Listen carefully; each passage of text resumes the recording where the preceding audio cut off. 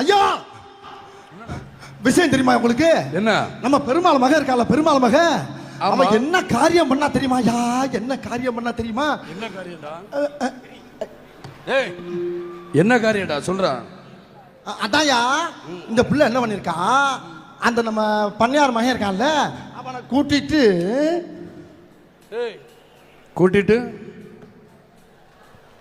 அவனை கூட்டிட்டு தோப்புக்கு போனாலாம். ஆஹா. போனவ ஏய் சொல்றான். பெருமாளுக்கு மகளே கிடையாது.